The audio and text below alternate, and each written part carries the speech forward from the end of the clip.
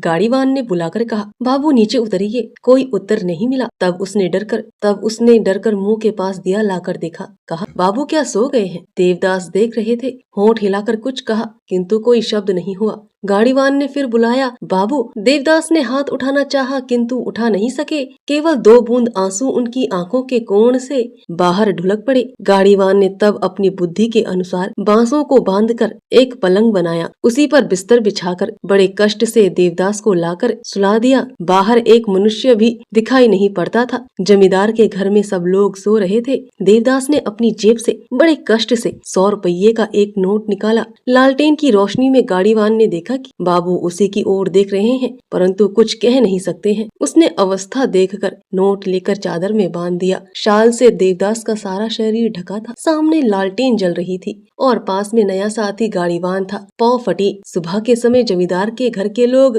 बाहर निकले। एक आश्चर्यमय दृश्य। पेड़ के नीचे एक आदमी मर रहा था। देखने से सदकुल का जान पड़ता था। शरीर पर शाल, पाँव में चमकता हुआ जूता, हाथ में अंगूठी पड़ी हुई थी। एक एक करके बहुत से लोग जमा हो गए। क्रम से भुवन बाबू के कान तक यह बात पहुंची। वे डॉक्टर को साथ लेकर स्वयं आए। देवदास ने सबकी ओर देखा। केवल उनका कंठ रुद्र हो गया था। एक बात भी नहीं कह सके। केवल आंखों से जल बहता रहा। गाड़ीवान जो कुछ जानता था कह सुनाया, परंतु उससे कुछ विशेष बातें नहीं मालूम हुई। डॉक्टर ने कहा, ऊर्ध्व श्वास चल रहा है, अब शीघ्र ही मृत्यु होगी। सबने कहा, आह। घर में ऊपर बैठी हुई पार्वती ने यह दयनीय कहानी सुनकर कहा, आह। किसी एक आदमी ने तरस खाकर 2 बूंद जल और तुलसी की पत्ती मुंह में छोड़ दी। देवदास ने एक बार उसकी ओर करुण दृष्टि से देखा, फिर आंखें मूंद ली। कुछ क्षण सांस चलती रही, फिर सर्वदा के लिए सब शांत हो गया। अब कौन दाह कर्म करेगा, कौन छुएगा, कौन जाती है, आदि विविध प्रश्नों को लेकर तर्क वितर्क होने लगा। भुवन बाबू ने पास के पुलिस स्टेशन में इसकी खबर दी। इंस्पेक्टर आकर जांच पड़ताल करने लगे। पलीहा और फेफड़े के बढ़ने के कारण मृत्यु हुई है। नाक और मुख में खून के दाग लगे हैं। जेब से 2 पत्र निकले।